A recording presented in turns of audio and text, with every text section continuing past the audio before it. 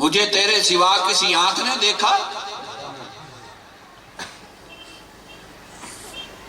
کسی کان نے میری آواز سنی مخلوق میں سے، امتیوں میں سے، کسی نے حصے ذائقہ کے ذریعے میری حقیقت کا ادراک کیا، کسی نے قوت شامہ کے ذریعے میری حقیقت کا ادراک کیا۔ میں توڑے مطلب دی نہ ہوئی لیکن گال بڑی ہے، کسی نے قوت گویائی کے ذریعے مجھ سے کلام کیا، آواز خمسہ ظاہری نہ کام،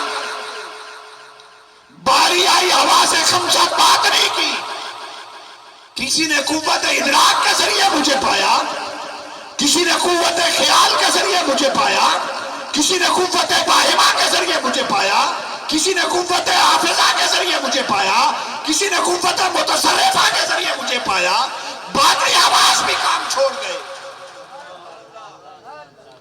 پھر لطائف کی بات آئی، کسی نے لطیفہ روح کے ذریعے مجھے پایا، کسی نے لطیفہ شعر کے ذریعے مجھے پایا، کسی نے لطیفہ خفی کے ذریعے مجھے پایا، کسی نے لطیفہ اخفا کے ذریعے مجھے پایا۔ کوئی بتائے تو صحیح کہ یہ سارے لطائف ملا کر، یہ سارے آواز ظاہر و باطن ملا کر کسی چیز کے ذریعے بھی کسی کو میری پنجابی چادر، کسی نے میرا تھوڑا جہا بھی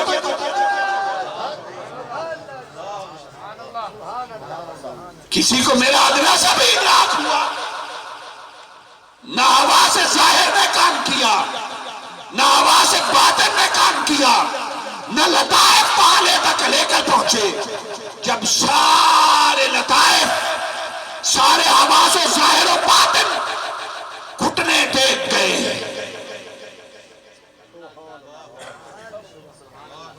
عقل و دانش، قلب و روح، یہ سارے ادراکات دم توڑ گئے۔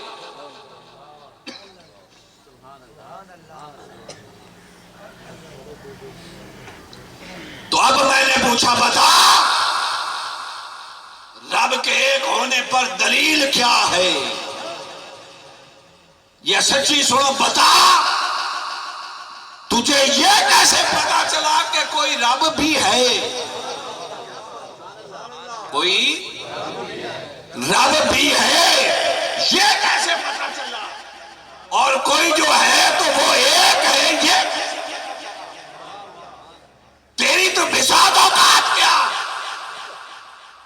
تیرے تو سارے لطائف بھی بند ہیں، آواز باطن بھی بند ہے، آواز ظاہر آدھے کام کرتے ہیں آدھے نہیں کرتے۔ مولوی صاحب خدا کو تو نے کیسے ڈھونڈ لیا؟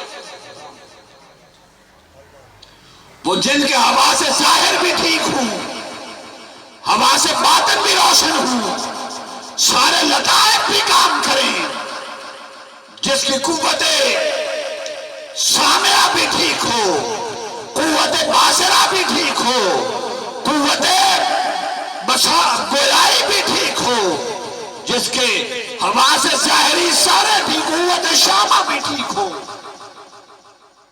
ساری قوتیں ٹھیک ہوں، قوت شامہ بھی درست ہو، پھر قوت ادراک بھی درست ہو، قوت خیال بھی درست ہو، قوت باہمہ بھی درست ہو، قوت حافظہ بھی درست ہو، قوت متصرفہ بھی ٹھیک ہو، لطیفہ روح بھی منور ہو، لطیفہ سر بھی ظاہر، لطیفہ سر بھی کام کرے، لطیفہ خفی بھی کام کرے، لطیفہ اخفا بھی کھلا ہو، پھر بھی نہ کسی ایسے تو پوچھ ہے جس کے سارے لطائف بھی درست ہوں، سارے حواس بھی درست ہوں، اور سب کچھ گھٹنے ٹیک جائے۔ عقل کے اندھے کسی اس سے تو پوچھ کہ تو نے ان ساری چیزوں کو ملا کر رب کا تھوڑا سا بھی ادراک کیا؟ جواب نفی ہے۔ پھر کیسے پتا چلا؟ قل هو اللہ احد۔ حبیب یہ نہ ہوا سے ظاہر سے مجھے پا سکتے ہیں، نہ ہوا سے باطن سے مجھے پا سکتے ہیں، نہ لطائف سے مجھے پا سکتے ہیں۔ اب تو ہی کہہ دے کہ کوئی رب ہے اور ایک ہے۔ اب تو ہی کہہ دے کہ کوئی رب ہے۔ ایک گل میں اکثر کیتی کرنا، کسی کو پسند نہ ہے تو اس کی مرضی کی بات ہے، اپنے تئیں تو رب کو کسی نے پایا نہیں، اپنے تئیں ذات مصطفیٰ کو درمیان سے نکال کر اپنے تئیں تو رب کو کسی نے پایا نہیں۔ ایک سوال کا جواب سوچ کر دینا ہے، رب ایک ہے، اللہ احد، اللہ اچھا اگر ایک بھی ہوتا، اللہ ایک ہی ہوتا، حضور فرما دیتے کہ نہیں خدا تین ہیں۔ اگے فتوی آلہ ٹور پویا ہے کہ حضور فرما دیتے کہ خدا تین ہیں، گل سمجھ آ رہی ہے؟ تو بتائیے خدا کو ایک ماننا توحید ہوتا یا تین ماننا توحید ہوتا؟ جو کہیں کہ تب بھی ایک ماننا توحید ہوتا، وہ مجھے اس بات کا جواب دے کہ اسے کیسے پتا ہے کہ خدا ایک ہے؟ اگر ذات مصطفیٰ درمیان سے نکال دے، حضور کہیں تین ہیں، وہ کہے ایک ہے، تو جواب دے پتا کیسے ہے؟ بے رب العزت کی قسم، ہم تو رب کو مانتے ہی اس لیے ہیں کہ رب مصطفیٰ ہے۔ رب کو مانتے ہی اس لیے ہیں کہ وہ رب مصطفیٰ ہے، اور ایک اس لیے مانتے ہیں کہ مصطفیٰ نے فرمایا ایک ہے۔ کسی کو یہ بات اچھی لگے یا نہ لگے، ہمارا رب سے کوئی ڈائریکٹ تعلق نہیں، نہ ڈائریکٹ ہم رب کو جانتے ہیں، ہم تو رب کو جانتے بھی مصطفیٰ کے صدقے ہیں اور مانتے بھی مصطفیٰ کے صدقے ہیں۔ اگر مصطفیٰ درمیان میں نہ ہوتے تو رب العزت کی قسم نہ رب کا کسی کو پتا ہوتا، نہ رب کو کوئی مانتا ہوتا۔ نعرہ تکبیر، نعرہ رسالت، آمد مصطفیٰ، چہرہ والضحیٰ۔ میرا پروگرام کوئی نہیں تقریر کرنا، میں کہ میں 10-15 منٹ تلقا کے بس کر جاؤں گا۔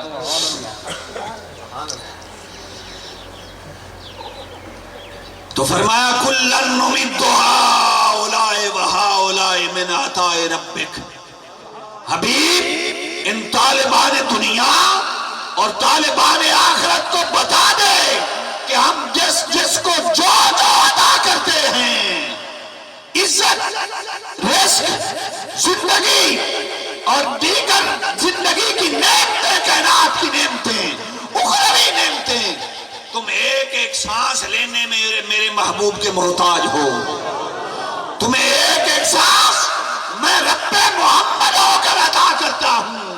اگر تم محمد کے شان کا اعتراف نہیں کرتے، شان محمدی کے معترف نہیں، تو میرا تم سے کیا تعلق؟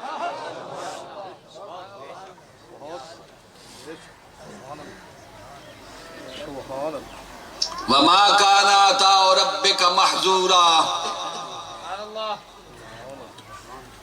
حبیب یہ جو آپ کا رب ہے نا، ہائے ہائے ہائے، ساری کائنات کا ہو کر کہہ دے رہے ہیں سارے ساڈا ہے، پر جدو میں آکھیا تیرا تاں گل بنے گی نا۔ ہائے ہائے، ساری کائنات کہتی رہے کہ ہمارا رب ہے، وہ کہتا ہے نہیں میں تو اسی کا ہوں۔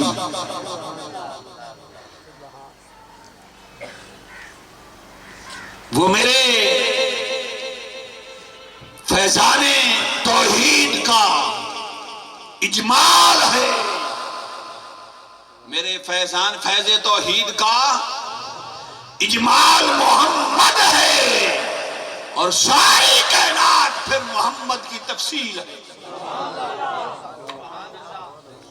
رب کائنات کی ذات کا اجمال ذات محمد ہے، سن لو جنہیں سمجھ آ رہی ہے۔ کہ رب کائنات کی ذات کا اجمال ذات محمد ہے اور ساری کائنات پھر ذات محمد کی تفصیل ہے. اس میں کوئی دوسری رائے نہیں.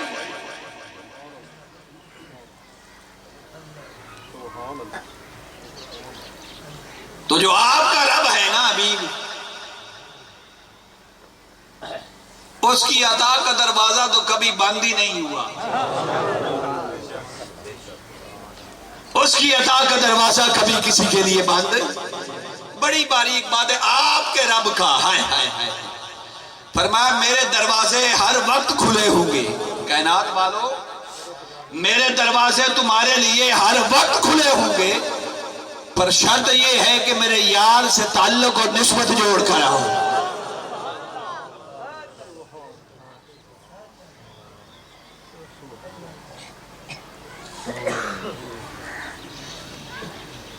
فلا وربک، حبیب آپ کے رب کی قسم، لا یؤمنون، یہ لوگ کبھی مومن نہیں ہو سکتے حتیٰ یحکموک، حتیٰ کہ ہر معاملہ میں آپ کو حاکم تسلیم نہ کر لیں. بھائی مولا اگر اپنی قسم اٹھانی تھی تو کہہ دیتا مجھے اپنی قسم، مجھے اتنے والنال قسم کیوں چکی، یا کہہ دیتا فلا ورب العالمین، ساری کائنات کے رب کی قسم. مولا تو نے یہ کیوں فرمایا حبیب تیرے رب کی قسم؟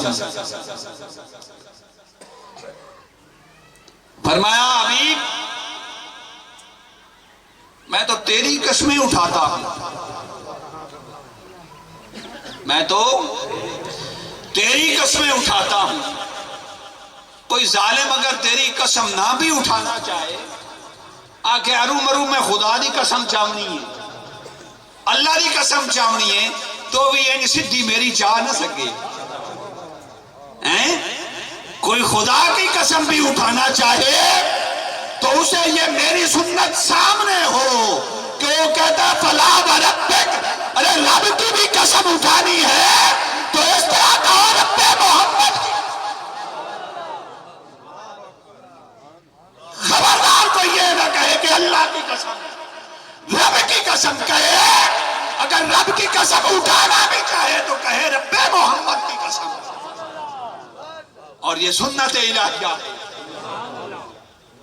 ابھی آپ کے رب کی قسم، کوئی میری قسم اٹھانا بھی چاہے تو پھر بھی تیری ذات سے اعراض نہ کر سکے.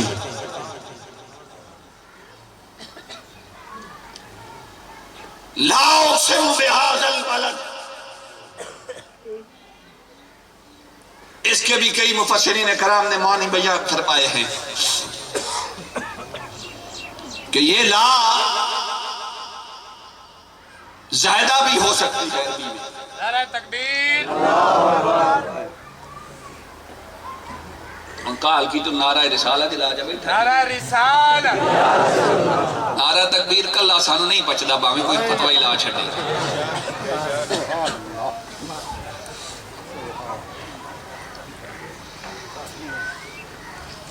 اسی کلے نعرہ تکبیر دے قائل نہیں.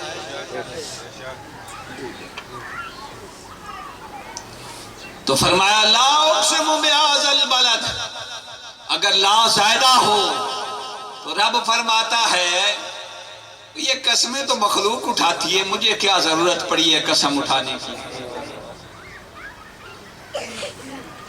بھئی قسم تو وہ اٹھائے جس کی بات کوئی نہ مانتا سنتا ہو.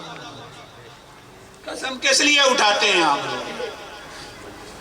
جب اگلا بندہ آپ کی بات کا وزن نہ سمجھے اور نہ مانے تو آپ قسم اٹھاتے ہیں کہ اللہ کی قسم یہ سچ ہے. اور رب دے اگے کسی دی مجال سی میں رب دی گل کوئی نہ منے.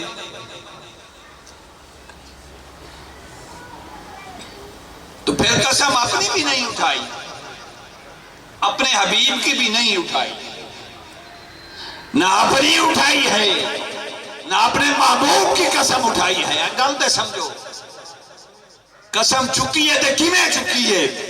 فرمایا لا زیادہ ہے، میں قسم نہیں اٹھاتا، مجھے کیا ضرورت پڑی ہے قسم اٹھانے کی؟ مولا پر روک سے نو کیوں کہا؟ فرمایا کبھی کبھی چک لینا، کبھی کبھی اٹھا لیتا۔ مولا کس کی قسم اٹھاتا ہے؟ ہاذل بلد، اس شہر کی قسم۔ کیا ضرورت پڑی؟ کون سا شہر؟ مولوی کہنے لگے مکہ شہر۔ مولا اگر مکہ شہر کی قسم اٹھائی تو کیوں اٹھائی؟ کسی نے کہا آدم علیہ السلام کا وہاں مزار ہے، کسی نے کہا حضرت شیس علیہ السلام کا وہاں مزار ہے، کسی نے کہا ابراہیم علیہ السلام وہاں مکہ میں آئے ان کا مزار ہے، کسی نے کہا وہ اسماعیل علیہ السلام کا مزاب رحمت کے نیچے مزار ہے۔ بعض روایات میں آیا کہ بہت سارے انبیاء کے مزارات ہیں۔ کسی نے کہا خدا کا گھر ہے، کسی نے کہا حجر اسود ہے، کسی نے کہا بیت اللہ ہے، کسی نے کہا صفا مروہ ہے، کسی نے کچھ کہا، کسی نے کچھ کہا۔ مولا کا تو بتا کیوں قسم اٹھائی؟ فرمایا چلے ہو، شیس علیہ السلام تو کب کے وصال کر چکے، مقام ابراہیم تو کب کا ہے، اسماعیل علیہ السلام تو کب کے وہاں دفن ہیں، میرا گھر تو کروڑوں سال پہلے کا وہاں ہے، وہاں حجر اسود تو کتنے سال پہلے کا ہے، صفا مروہ تو کتنے سال کتنی مدتیں گزر گئی۔ بھائی ان میں سے کسی چیز کی خاطر قسم اٹھانا ہوتی تو پہلے اٹھا لے۔ مجھے کسی کا ڈر تھا؟ اگر ان میں سے کوئی وجہ تعظیم چیز ہوتی مکہ کے لیے، ہائے ہائے ہائے، اگر میرا گھر مکہ کے لیے وجہ تعظیم ہوتا، اگر شیس علیہ السلام ابراہیم علیہ السلام، حضرت اسماعیل علیہ السلام اور دیگر انبیاء کے مزارات، جہاں میرا گھر ہے کعبہ، وہاں ہے حجر اسود، وہاں ہے صفا مروہ، اگر ان میں سے کوئی چیز بھی وجہ تعظیم اور میری قسم کا سبب ہوتی تو پہلے اٹھا لیتا۔ پر حبیب میں تو انتظار میں رہا کہ جب یار کو بھیجوں گا نا وہ پہلا قدم رکھے گا، ہائے ہائے ہائے ہائے، وہ جس سرزمین پر پہلا قدم رکھے گا، جتنے خاک کے ذرے قدم کے نیچے آئیں گے، ہر ذرے کی قسم اٹھاؤں گا۔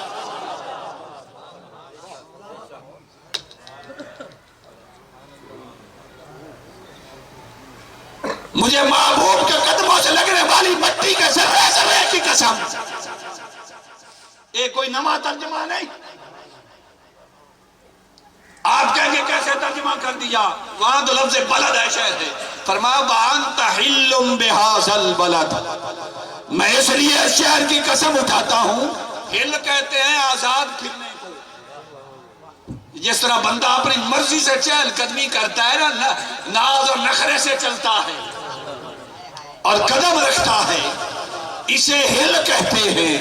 فرمایا وَأَنْتَ حِلٌّ بِهَذَا الْبَلَدِ، حبیب اس شہر مکہ کی قسم اس لیے اٹھاتا ہوں جب تو خرامہ خرامہ اپنے قدم رکھتا ہے، جب تیرے قدوم میمنت لوزو مکہ کی گلیوں میں لگتے ہیں، نگاہ قدرت سے دیکھتا ہوں، پھر ہوائیں اور فضائیں چلتی ہیں، وہ تیرے رخ انور کو چھوتی ہیں، تیرے لب و رخسار کو چھوتی ہیں، تو جب ادھر ہوائیں اور فضائیں چلتی ہیں، تیرے بدن مبارک سے وہ لمس ہوتی ہیں، تیرے بدن اطہر، جسم اطہر کی خوشبو سے جب وہ فضائیں معطر ہو جاتی ہیں، ادھر تیرا قدم لگتا ہے زمین پر، میں نگاہ قدرت سے جب سارا مکہ دیکھتا ہوں تو کہتا ہوں ظالم ہو ابھی قسم رہا۔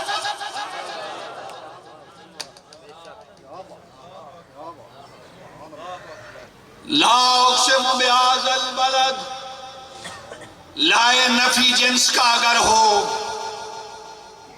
فرمایا ترجمہ یہ بنتا ہے کہ حبیب ادھر تیرے قدم مبارک مکہ کی زمین پر لگتے ہیں، گلیوں میں تو چلتا ہے نا، ہوائیں اور فضائیں چلتی ہیں، وہ تیرے بدن مبارک کو چھوتی ہیں، ادھر تیری خوشبو سے مکہ کی ہوا معطر ہوتی ہے، ادھر مکہ کی مٹی کے ذرات تیرے تلووں کے بوسے لیتے ہیں۔ جب یہ محبت کا منظر میں دیکھتا ہوں تو بے نیاز تو ہوں، مگر جب دیکھتا ہوں تو پھر قسم اٹھائے بغیر نہیں رہتا۔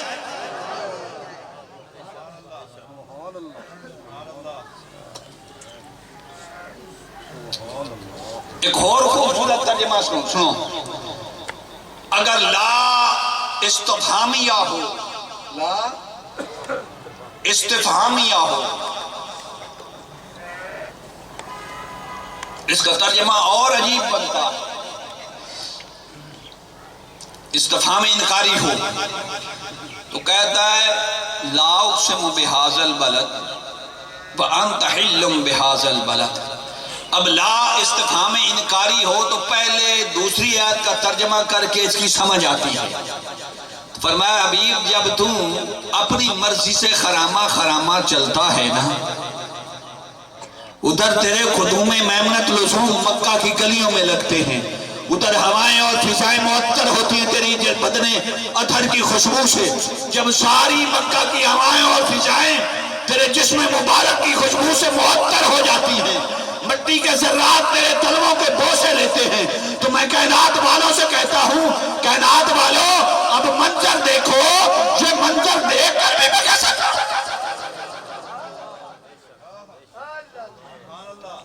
یہ سمائے محبت جب پیدا ہو جائے تو پھر کیسے ممکن ہے میں کیسا کروں؟ اگر ایک گل رب دی نہ ہوندی نا تو میں اور طریقے نال کردا، اگر مخلوق دی محبت دی گل ہوندی نا تو پھر میں اور طریقے نال کردا، پھر میں یہ جادا کہ اگر مخلوق دی گل ہوندی، مخلوق میں سے کسی نے قسم اٹھانی ہوتی تو وہ کہتا کہ محبوب گلیوں میں چلے، مٹی کے ذرات اس کے تلووں کے بوسے لیں، ہوائیں اور فضائیں اس کے لب و رخسار اس کے گیسوں کو چھوئیں اور اس کے بدن کی خوشبو سے ہوائیں مہک اٹھے، پھر محبت کرنے والا کون ظالم ہے جو قسمیں نہ اٹھائے؟ عاشق تو پھر قسمیں اٹھانے پہ مجبور ہو جاتا ہے، مچل جاتا ہے، وہ اپنی شان کے مطابق کہتا ہے کہ جب یہ منظر پیدا ہوتا ہے تو پھر میں قسمیں اٹھاتا۔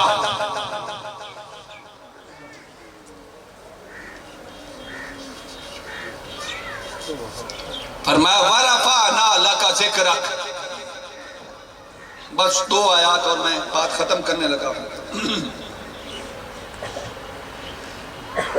حبیب ہم نے آپ کی خاطر آپ کا ذکر بلند کیا، کیا؟ آپ کی خاطر آپ کا ذکر بلند کیا۔ بھئی رب کائنات فرما سکتا تھا کہ وَرَفَعْنَا ذِكْرَكَ، حبیب ہم نے آپ کا ذکر بلند کر دیا، بات تو پوری ہو جاتی نا،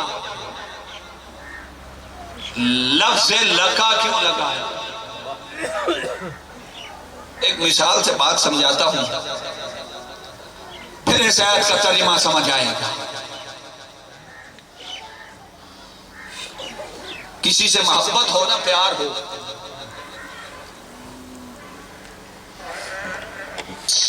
اور اسے بندہ کہے کہ تو مجھے پیارا لگتا ہے، پر اس لیے لگتا ہے کہ تو میرے دوست کا بیٹا ہے، فلاں کا بھائی ہے، وہ شخص بڑا اچھا ہے، اس وجہ سے اے جی میں ان پیران دے مولویوں دے پتران دا احترام ہوندہ ہے بزرگان دی وجہ تو اور ساڑھے چھنکی رہ گیا اس کو۔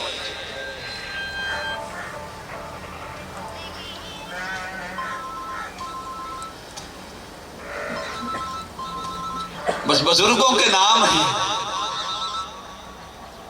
میں ہمیشہ یہ دعا کرتا ہوں کہ مولا اب معاملہ بزرگوں کے نام بیچ کر کھانے پر نہ آ جائے، کچھ رحم کر اس امت کا،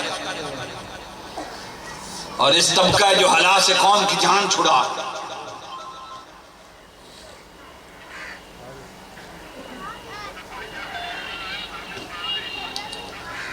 تو کہے کہ تیرا باپ بڑا نیک سیرت تھا اس لیے تو اسے پیار کرتا ہوں، تیرا بھائی بڑا اچھا ہے اس لیے تو اسے پیار کرتا ہوں۔ انہیں گل سچی دسو بے پیار کا کوئی نہ ہویا نا، جو تعلق کسی کی وجہ سے ہوئے اسے بھی کوئی پیار کا نام لیا جا سکتا ہے۔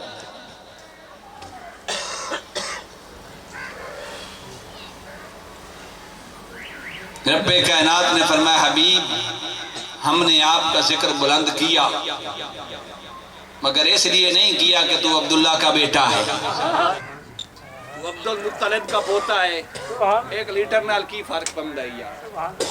نعرہ تکبیر، اس لیے نہیں تیرا ذکر بلند کیا، اب نہیں چلانا رہنے اس کو، اس لیے تیرا ذکر نہیں بلند کیا کہ تو عبداللہ کا بیٹا ہے، اس لیے تیرا ذکر بلند نہیں کیا کہ تو عبد المطلب کا پوتا ہے، اس لیے تیرا ذکر بلند نہیں کیا کہ تو ابراہیم کی اولاد سے ہے، اس لیے تیرا ذکر بلند نہیں کیا حبیب کہ تو مکہ کے بڑے خاندان سے تعلق رکھتا ہے، اس لیے تیرا حبیب ذکر بلند نہیں کیا کہ تو آدم کی اولاد میں سے ہے۔ حبیب اگر ان میں سے کوئی وجہ ہوتی تو پھر تو اسے پیار تو نہ ہوا حبیب، یہ محبت ہر رشتے سے انسان کو بے نیاز کر دیتی ہے۔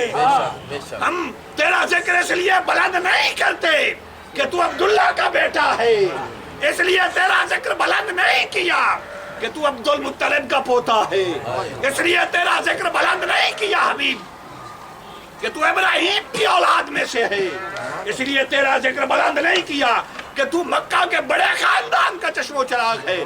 یہ ساری چیزیں اپنی طرف، پر محبت کو کسی دلیل کی ضرورت نہیں ہوتی۔ عاشق وہ ہوتا ہے جو محبوب کے بغیر، جو محبوب کے سوا ہر شے سے بے نیاز ہو جائے۔ حبیب اگر دنیا میں کسی کو کسی سے محبت ہو تو یار کے سوا ہر شے سے بے نیاز ہو جاتے ہیں۔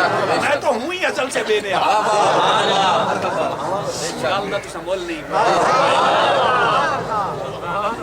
دنیاوی مجازی پیار کسی سے ہو، وہ پیار اس عاشق کو اس مجھ سے بیگانہ کر دیتا ہے، کائنات سے بے نیاز کر دیتا ہے۔ جو ہو ہی ازل سے بے نیاز، اسے کسی سے پیار ہو جائے پھر وہ ورفعنا لک ذکر۔ حبیب کوئی نہیں لوٹ کسے نعرے دی، حبیب ہم نے آپ کا ذکر آپ کے پیار کی خاطر بلند کیا ہے، اور دنیا والے اگر پیار کی خاطر کائنات سے بے نیاز ہو سکتے ہیں تو میں تو اللہ الصمد ہوں، میں پہلے بے نیاز ہوں۔ میرا پیار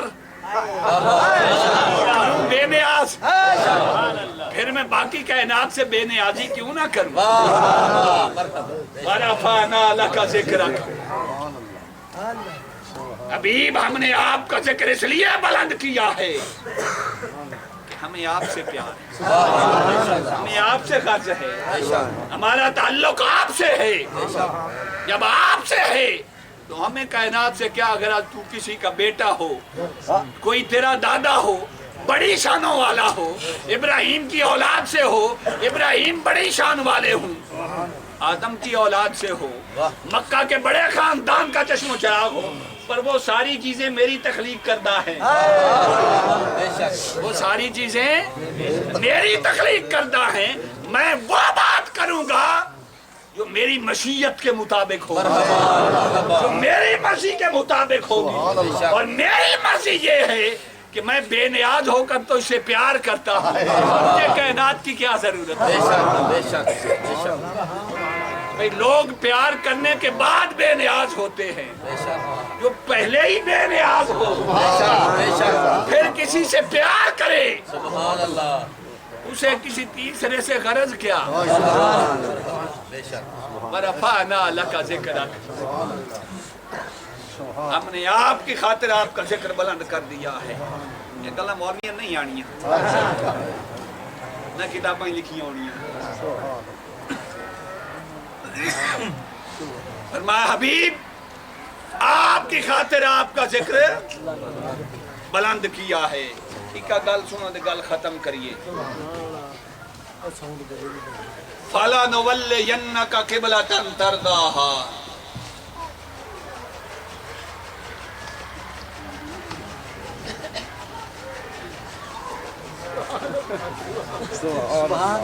رکھ لینا میں کچھ بھی نہیں آ سکتا.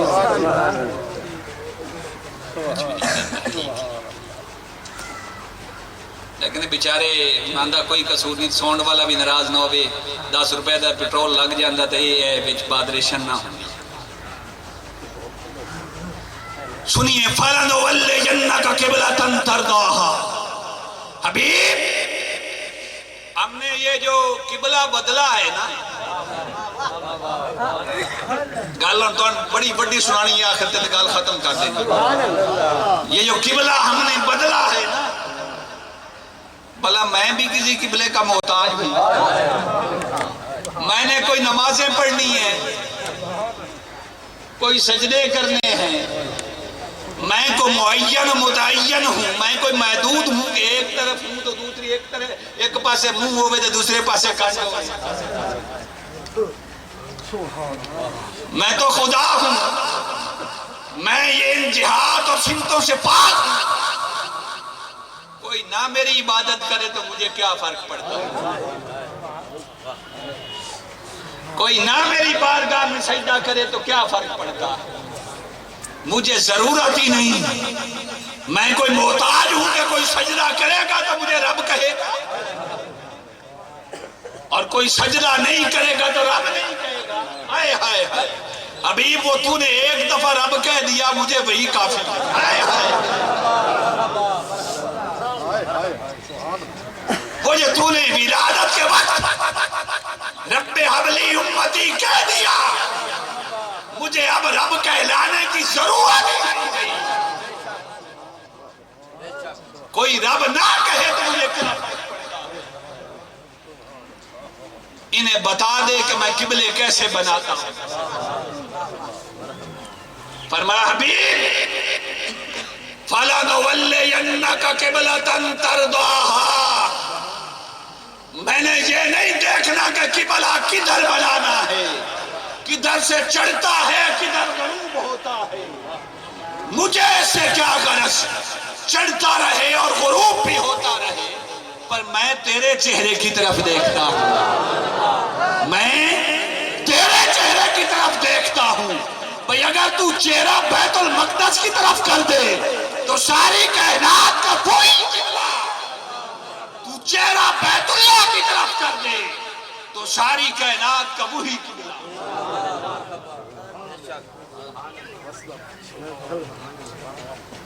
ان گال سننے آخری علامہ آلوسی فرمایا, حدیث قدسی ہے, بڑا کھٹ بھر دینے سے حدیث قدسی دا مولوی فرماتے ہیں علامہ آلوسی روح المانی میں,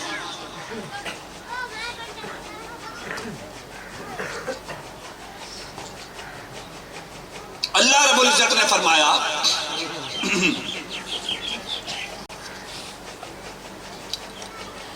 کہ حبیب یہ بیت اللہ تو کائنات انسانی کا قبلہ ہے, تیرا قبلہ کیا ہے. فرمایا حبیب تیرے جسم مبارک کا قبلہ بیت اللہ, تیرے جسم کا قبلہ بنایا تو نے خود ہے, میں نے تو نہیں بنایا. چونکہ چہرہ تو نے اس طرف کر دیا تو وہ جسم کا قبلہ بن گیا. تیرے جسم کا قبلہ بیت اللہ ہے, لیکن حبیب تیری روح کا قبلہ میری ذات ہے. تیری روح کا قبلہ, ان گال اگلی سنے آئے, تیری روح کا قبلہ میری ذات ہے. حبیب یہ تو تیرے قبلے ہوئے, میرا بھی قبلہ ہونا چاہیے. کوئی فرمایا, اللہ فرماتا ہے کوئی میرا بھی قبلہ ہونا چاہیے. تو حدیث قدسی ہے, اللہ رب العزت نے فرمایا وَقِبْلَتِي أَنْتَ يَا مُحَمَّدُ. حبیب آپ کے جسم کا قبلہ کعبہ, آپ کی روح کا قبلہ میری ذات اور میری ذات کا قبلہ تیری ذات۔ حدیث قدسی نہ ہو میں ذمہ دار۔ اب قبلہ کا معنی بے شک توجہ کا مرکز کر فتوے سے بچنے کے لیے کہ قبلہ کہتے ہیں توجہ کے مرکز کو۔